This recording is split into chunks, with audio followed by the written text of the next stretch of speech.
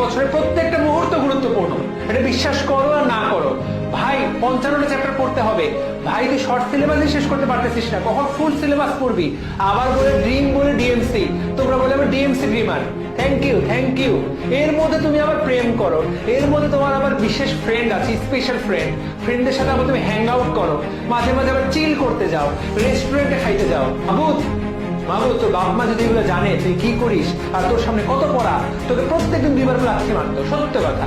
Thank you so much হয়ে যাবা যদি এইচএসসির এই সময় এই সকল পার্সোনাল লোক, স্পেশাল ফ্রেন্ড, বেস্টি, বেস্টু এদেরকে নিয়ে জীবনটা পার করো।